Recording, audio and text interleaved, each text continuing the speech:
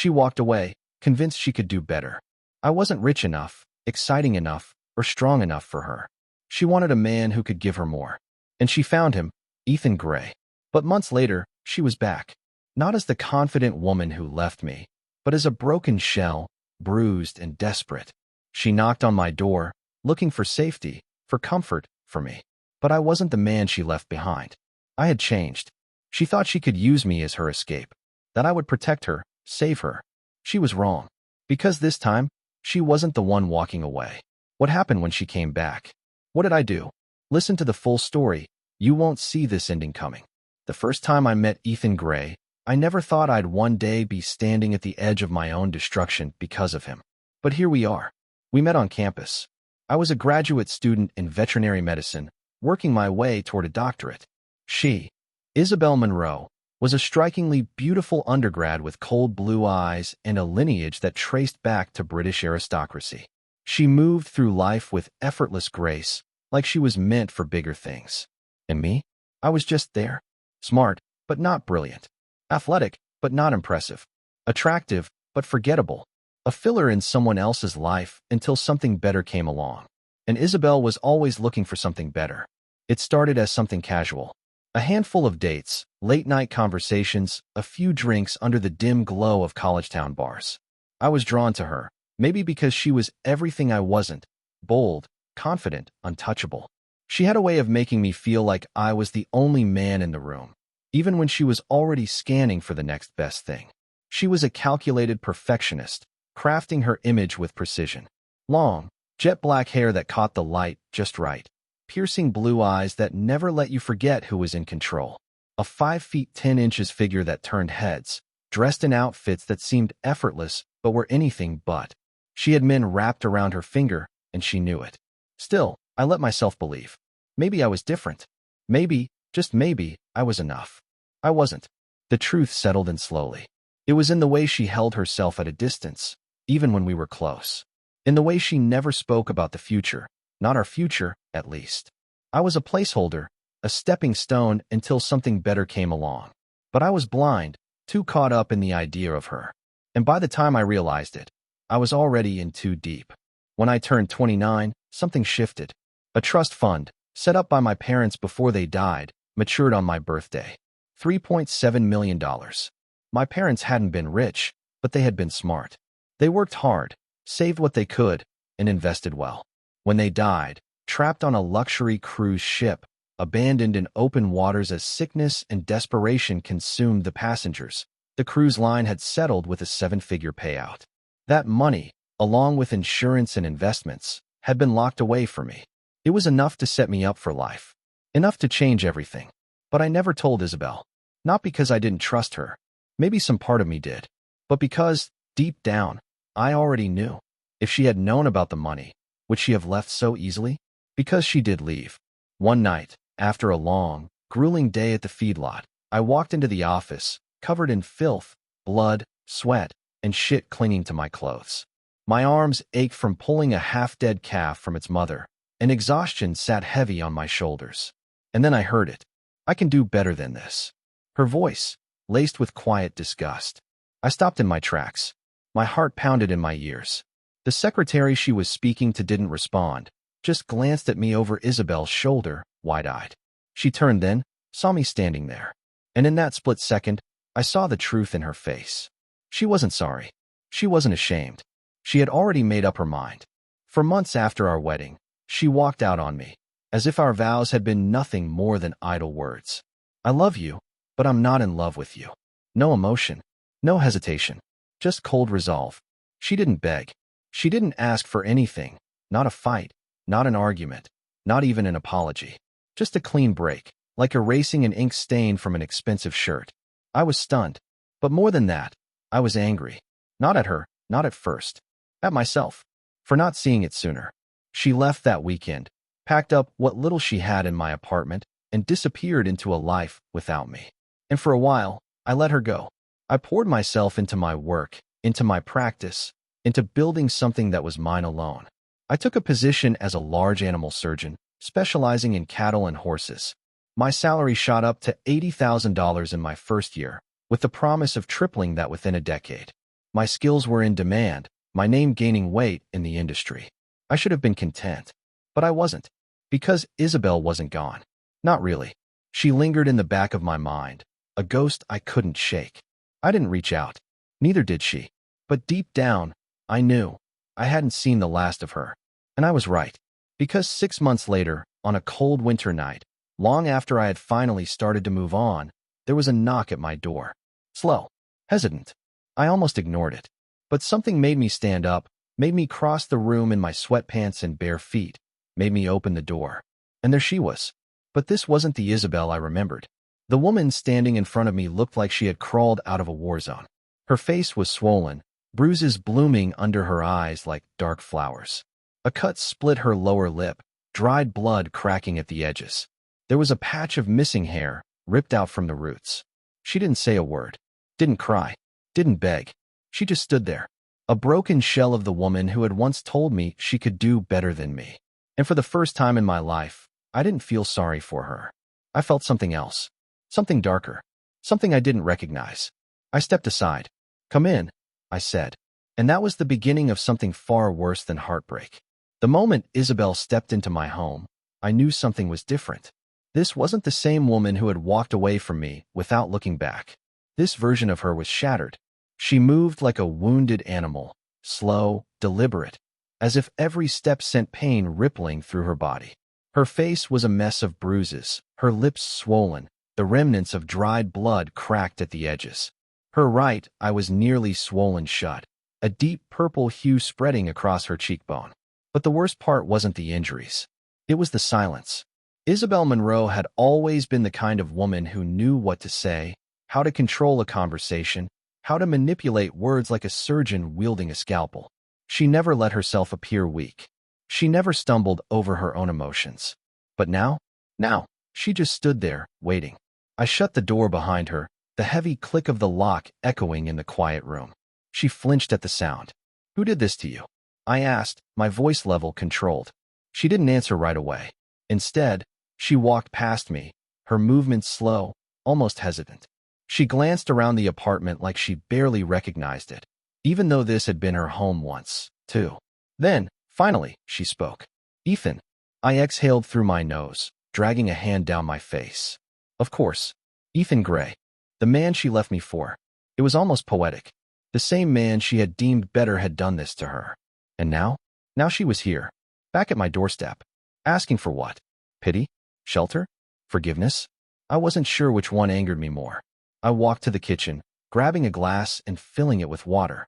My hands were steady, my heartbeat slow. Too slow. I wasn't sure what I expected to feel, but it wasn't this. Not rage. Not sorrow. Just emptiness. I set the glass on the counter. "Drink." She hesitated, but took it. Her fingers trembled slightly as she brought it to her lips. I leaned against the counter, arms crossed. "So, Ethan did this to you. And now you're here." She nodded, still avoiding my eyes. I laughed, but there was no humor in it. "Let me guess," I continued, tilting my head. "You two had a great thing going until suddenly, he wasn't so perfect anymore. Maybe it started small, a shove here, a harsh word there. But then it got worse. And now, after all of it, you're back. With me." She flinched again, but I didn't stop. "You said you could do better than me." Her head snapped up then, and for the first time since she walked through my door, I saw it. The shame. Good. Because I remembered everything. I remembered the way she had dismissed me like I was nothing. Like I was disposable. I remembered the way she had packed her bags without a second thought. I remembered the way she had said, "I love you, but I'm not in love with you," with the same cold detachment someone might use to break up over text. And I remembered the way I had watched her walk away. But now she was here. And for the first time, she had no control. "You don't have to let me stay," she whispered, voice barely audible. She swallowed hard, her throat bobbing. "I just didn't know where else to go." That admission did something to me. Not because it softened me. Not because I felt sorry for her. But because I realized something. She wasn't here because she loved me. She wasn't here because she wanted me back. She was here because she was desperate. And desperation? Desperation made people dangerous. I exhaled through my nose, rubbing at my temple. My mind was a mess of conflicting thoughts. There was a time when I would have done anything for Isabel Monroe. A time when I would have thrown myself into the fire for her without hesitation. But that version of me was dead. And the man who stood in his place? The man she had helped create? He wasn't someone to be used. I pushed off the counter, walking past her toward the bathroom. Come on. She frowned. What? You're covered in blood. You need to clean up. I didn't wait for a response. I just kept walking. And after a moment, I heard her footsteps follow. The bathroom was already warm from the heater running, steam curling from the shower head. I turned the faucet, letting hot water fill the tub. The scent of soap and shampoo filled the air, drowning out the metallic stench of blood. I turned to her. Get in. She hesitated. Ross, get in, Isabel. Her eyes searched mine, maybe looking for something softer, something familiar. But there was nothing. Not anymore. She stripped slowly, wincing as the fabric brushed against her bruised skin. When she finally stepped into the tub, she sucked in a sharp breath at the heat but didn't complain.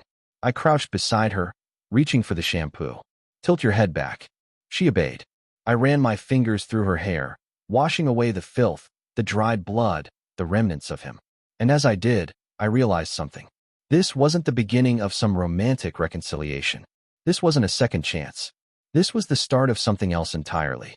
Because Isabel Monroe had made a mistake coming back to me. And I wasn't going to be her safety net. Not this time. Not ever again.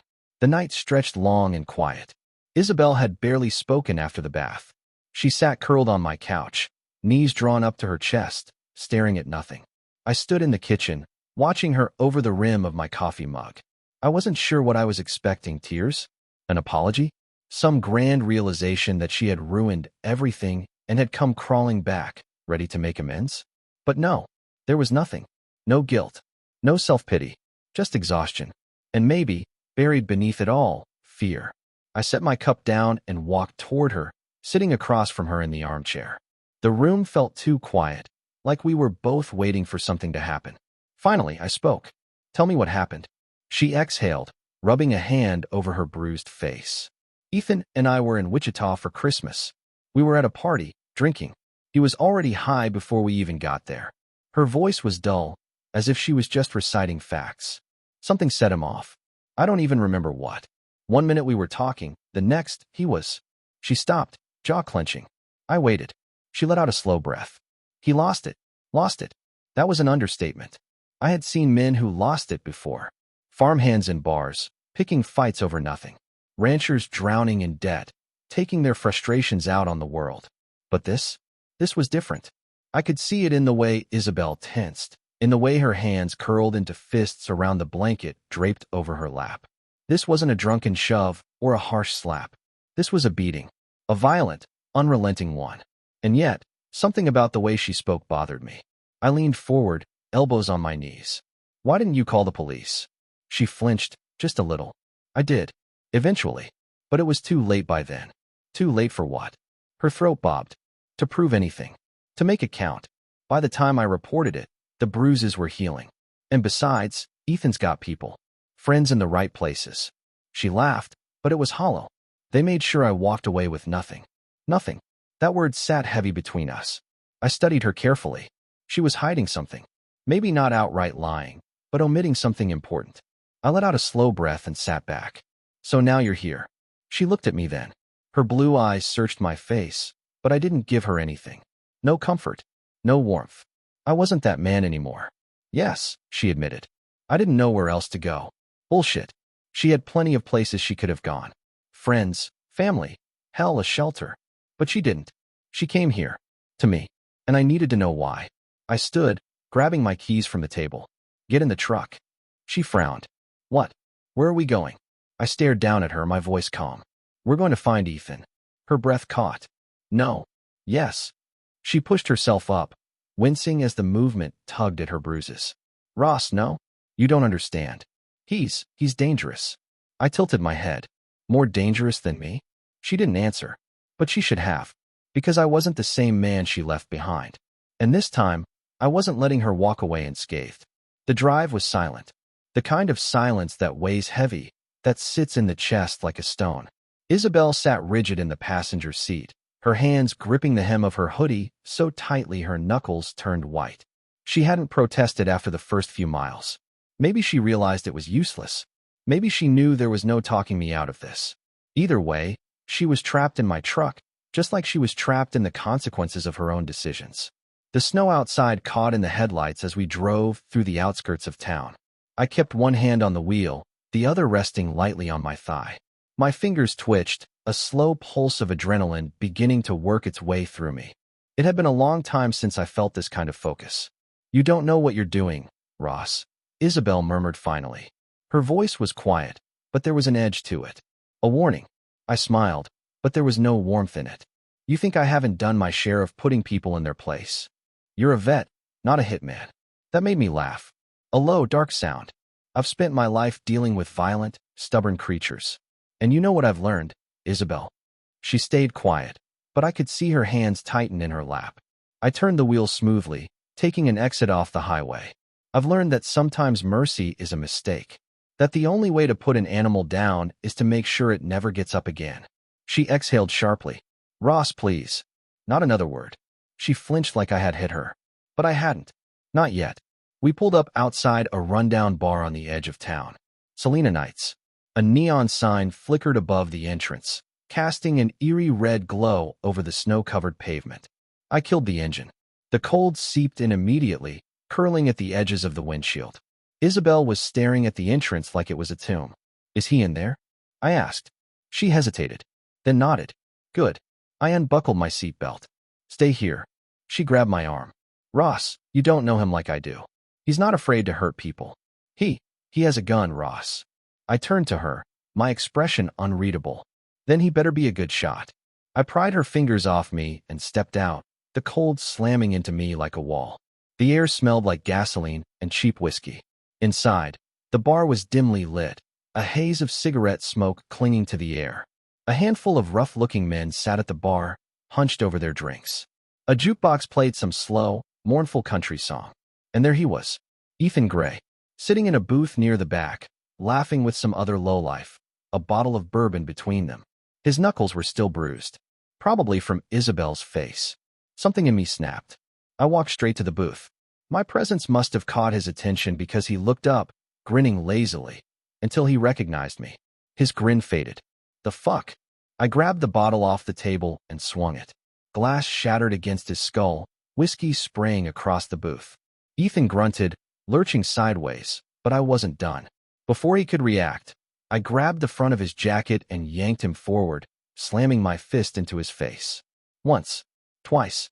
A sickening crack echoed through the bar as his nose shattered. Blood splattered against the table, mixing with the spilled liquor. The other guy scrambled back, hands up. "Whoa, man. Shut the fuck up." I turned back to Ethan, who was gasping, dazed. His hands fumbled for his pocket. A gun. I grabbed his wrist and twisted. Hard. He yelped, the pistol clattering to the floor.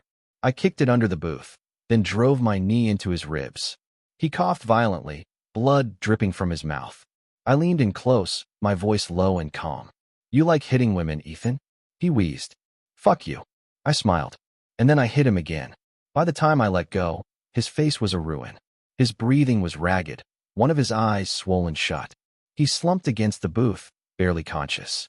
I wiped my knuckles on my jacket and straightened. The bar was silent. Every pair of eyes was on me. I looked at the bartender. "You didn't see shit." The old man gave a slow nod. "Nope." "Good." I turned and walked out. Back in the truck, Isabel was still sitting in the same position, her breath fogging the window. When I slid into the driver's seat, she turned to me, her eyes wide. "You?" I cut her off. "You're welcome." She swallowed. "He won't let this go." I shrugged, starting the engine. "Then he can come find me." For the first time since she showed up at my door, Isabel looked at me like she didn't recognize me, like she had underestimated me. Good, because now, she was starting to understand. The old Ross was dead, and the new one? He wasn't someone to fuck with. The drive home was quiet, but the silence felt different this time. Heavier. Isabel kept stealing glances at me, her breathing shallow, like she was trying to process what had just happened. "What?" I finally said, not taking my eyes off the road. She hesitated. I didn't think you had that in you." I let out a dry chuckle. "Neither did you. That was the problem, wasn't it?" She flinched, but I didn't care. She had walked away from me because she thought I was weak. Predictable. Safe. I wasn't that man anymore. You think he'll come after you? She asked after a moment. He's welcome to try. She shook her head, looking down at her lap. He's got people, Ross. The kind you don't want to deal with. I smirked. And yet, here you are. She didn't respond. I pulled into my driveway, shutting off the engine. The house loomed in the darkness, a stark contrast to the warm, quiet life I had built inside it. Isabel used to belong here. Now, she was just a stranger in a familiar place. I opened my door. Come on. She followed, her steps hesitant. Inside, I tossed my jacket onto a chair and turned to her. You can stay the night. After that, you figure out your next move. She frowned. Ross, I held up a hand. No, I don't owe you anything, Isabel. You made your choice. And now, you live with it. She looked like she wanted to argue, but she didn't. She just nodded, shoulders slumping. I watched her walk toward the spare room, her frame smaller than I remembered, more fragile. For a moment, just a moment, I almost felt sorry for her. Almost. I woke up to the sound of knocking. Not at the front door. At my bedroom door. I sat up, rubbing a hand over my face. What? Isabel's voice was quiet. Can I come in? I sighed. It's late, Isabel. I know. A pause. I can't sleep. I hesitated, then got up and opened the door. She stood there in one of my old shirts, her arms wrapped around herself. Her bruises were fading now, but the damage was still there. The kind you don't see. She looked up at me, and for the first time since she came back, I saw something real in her eyes. Not arrogance. Not calculation. Regret. Ross. I messed up, she whispered. I leaned against the doorframe, arms crossed. Yeah, you did. Her throat bobbed. I don't expect you to forgive me. I don't deserve it. I didn't respond. She took a deep breath. I wanted to say I'm sorry. For everything. Silence stretched between us. I let her words settle, let them sink in. Finally, I nodded. All right. She blinked. That's it. I shrugged. What do you want me to say, Isabel? That we can go back to the way things were. We can't. We never will. She looked down. I know. I exhaled, stepping aside. You should get some sleep. Tomorrow, you figure out where you're going next. She nodded slowly. Then, without another word, she turned and walked away. And just like that, she was gone again. This time for good.